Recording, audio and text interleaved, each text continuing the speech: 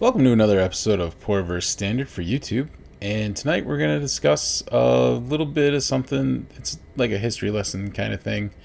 I don't want to give too much away, but basically we're going to talk about how the tokenization of money has led to kind of the situation we see ourselves facing today. And this all started in the 70s. So buckle up, sit tight, and let's get to it.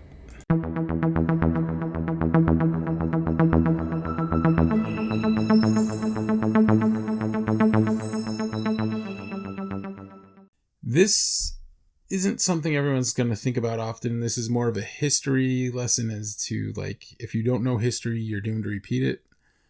And this is kind of a cautionary tale for those that'll listen. So, tokenization of money? You may ask, poor, what the hell is that? And I guess the best way I can explain this is with an example. For those of you who've ever gone to a casino, you've willingly participated in this practice. You exchange your dollars for a chip labeled with different colors and numbers to indicate their value. A white chip with a $1 moniker, a red chip with a $5, or a green chip with like a $25, black chip with a $100, that kind of thing. Many places, those are the colors for the, amounts of money they're worth. It changes wherever you go. But this denotes how much each chip is worth and how much it could be exchanged for.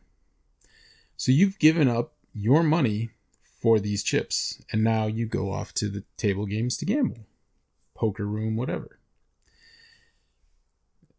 I mean, you are now more willing to toss that chip into the pot because your brain doesn't recognize that chip as actual money exchangeable for goods and services. And this is basically what tokenization of money is. Giving something to you that you can, exchange and use in a specific scenario. But it represents the underlying currency that backs that token.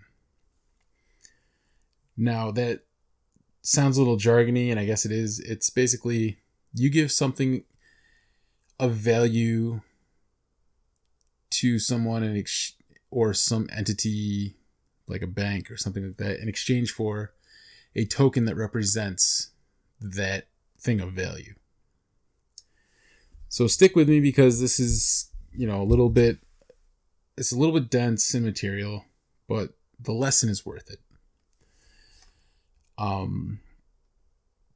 We're going to go back in history a little bit, so also bear with me, especially those of you born in the 90s and 2000s, because this is important stuff, and I fear they don't teach it in a lot of schools. So back in the 70s, before we were removed from the gold standard, the dollar bills that you have in your wallets, purses, what have you, could be returned to the bank for that exact amount of gold that note represented. If you had a $20 bill, you could go to a bank and exchange it for $20 worth of gold, which in the 70s was a lot more than it is today. The amount of gold that you could exchange a 20 for. Right now, a 20 will not get you very far. It's like 1/100th of the value of an ounce of gold. So the US dollars were tokenizations of gold, as they represented a set amount of gold. The government wanted to keep the gold, which held value, and they gave out tokens to the people, which represented and held value. The belief for this was so that it would make it easier for the reason why they did tokenization of gold for US dollars is that it would make it easier for transactions to take place. And you wouldn't have to lug around all this gold because gold's heavy. Gold is, very valuable. And so they wanted to make sure that it was easier to just say, hey, this piece of paper is a lot lighter. So let's give them this, and it's good. You can go here and get this gold anytime you want because you have the note saying that you can. Now, the unintended consequence of this was that we went off the gold standard thanks to Nixon, and that placeholder that you had in your possession was decoupled from what had given it its original value. He made the token the store of value. And this wasn't out of the goodness of his heart. This wasn't because he thought it would be good for the American people, but because the government wanted the ability to print more of these tokens without having the gold to back it up. So no longer could you take that $20 note and go get the gold. And because the government wanted the ability to print these tokens, when they went off the gold standard, they could print all the money they wanted and pay off debts. And the only thing giving value to these tokens that they kept printing was that the belief by the people who used it thought it was worth something. And that's still true today. The only reason that the US dollar has value is because everyone believes it does. That, coupled with the fact that you get paid US dollars if you work in the US in exchange for your labor, your time, and any type of goods you sell, you get those dollars. So that's where you start to get the intrinsic value, is that people believe this piece of paper actually has value because it's been exchanged so many times for goods and services. Now that they could print money to pay off debts, there was nothing holding them back because they didn't need gold to back it up. I mean, the economy is propped up on this belief that these dollars are worth something, So basically, if you believe in fairies like Peter Pan, the economy is the same way. It only works if you believe in it. That's some scary shit. But not only did the government get the ability to print money ad nauseum for removing the gold standard, but all the gold that was backing up each one of those notes in this currency was still and now completely in the possession of the government that held it. So they took away the ability of you to get gold for the dollars you held, and then they just kept the gold, which was the original thing that held the value. And you were left with the token, and they said it was still valuable. But was it? In the 70s, what happened when you went off the gold standard? Massive inflation happened. I mean, there's pictures of people waiting in really long lines for gas because there was a gas shortage. Kind of like what's happening now with that one news story. Prices skyrocketed. And it's if that doesn't sound familiar, I mean, it may not be the exact history that we're going through, but I mean, if you don't see, history often rhymes. And if you can't see the similarities, I can't help you. But I'm trying to convey to you that there are very similar things that are happening today. And we didn't go off the gold standard again, but I mean, we're still feeling the effects of that because these tokens are now being printed ad nauseum and in such a fashion, the likes of which we've never seen in the history of the US. I mean, 25% of all circulating currency in the US has been printed in the last year. I know I've said this statistic before. I know you've probably heard it a lot of times, but it's true. And you're seeing what some would call hyperinflation in commodities markets because there's a perfect storm of supply chain shortage issues caused by a pandemic. Demand for these commodities because people had time off, lost jobs, and had time to actually use some of these commodities like lumber. And you're seeing inflation in excess because of all the printed money that's now being put into the market from the subsequent spending on these commodities. Now, this will eventually die down. Maybe not completely, but it will. And if the jobs report is any indication, hopefully the inflation will die down, relatively soon as well. But, I mean, it is a literal cluster of things that are happening to make everything more expensive right now. And our currency of the US dollar has become what some have coined as the reserve currency of the world. Most other currencies are compared to it. So, I mean, while Venezuela currency was not a reserve currency, no economy is impervious to inflation. And I use Venezuela as an example because they printed their money into oblivion to the point where it was more useful as fire starter than it was as actual currency. People started exchanging goods and using a barter system rather than using they're hoarding goods because it carried more value than the money that they used to travel with. And that relates to us today in the US, that even though the US dollar is the global reserve currency, there is no economy that is impervious to inflation. And when you do things that are known to cause inflation on a massive scale, you are going to feel the effects on some level permanently of said inflation. The last thing I want to touch on in this is more of a recent history lesson. And that's back in the 90s.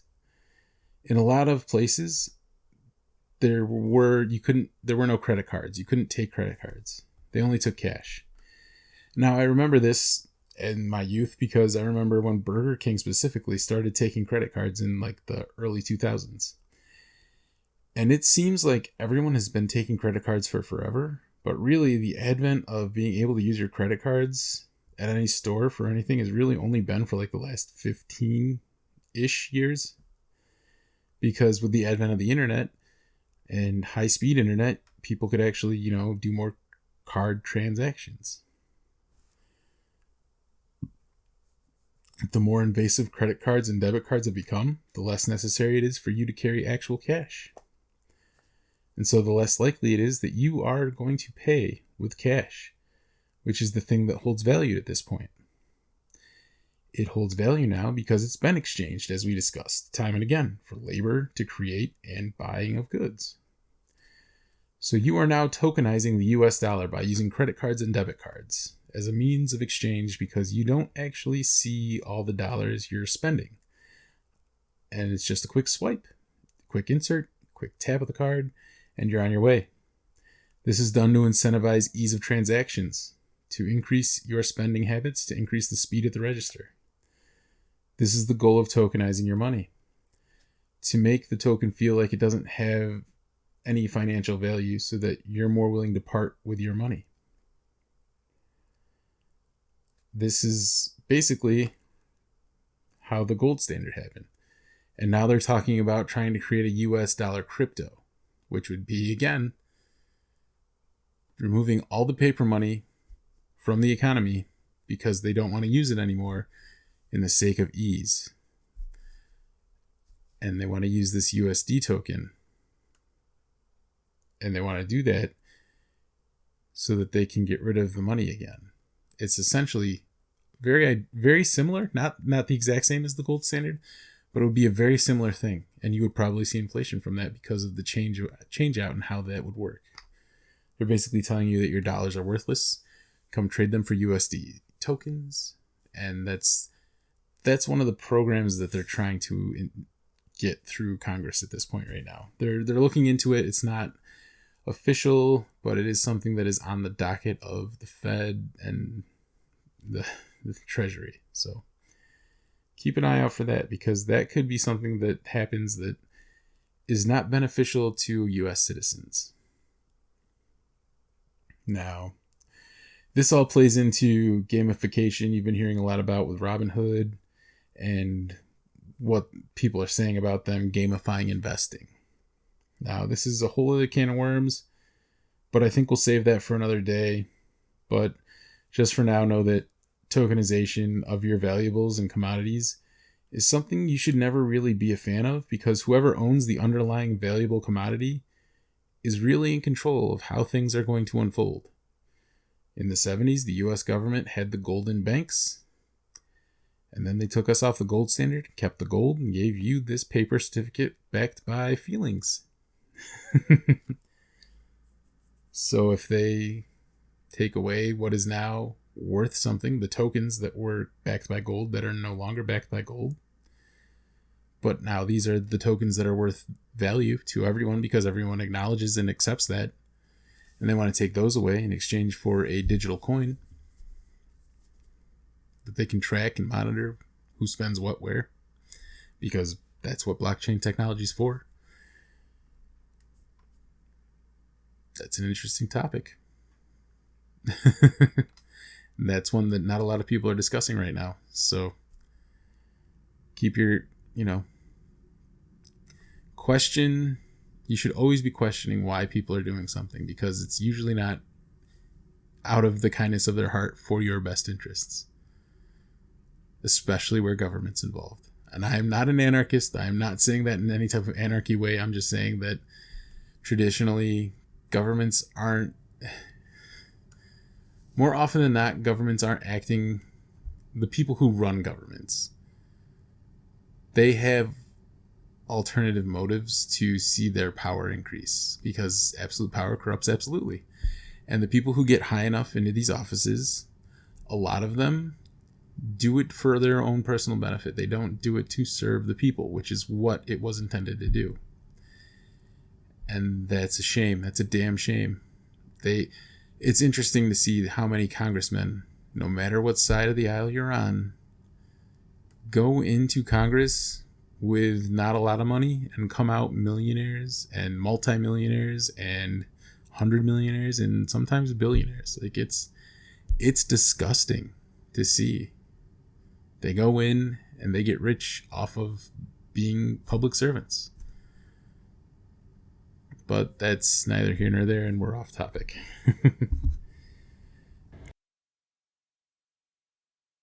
If you like this episode, be sure to like and subscribe for more content, or you can find us on SoundCloud or wherever you'll find podcasts to listen to the full episodes.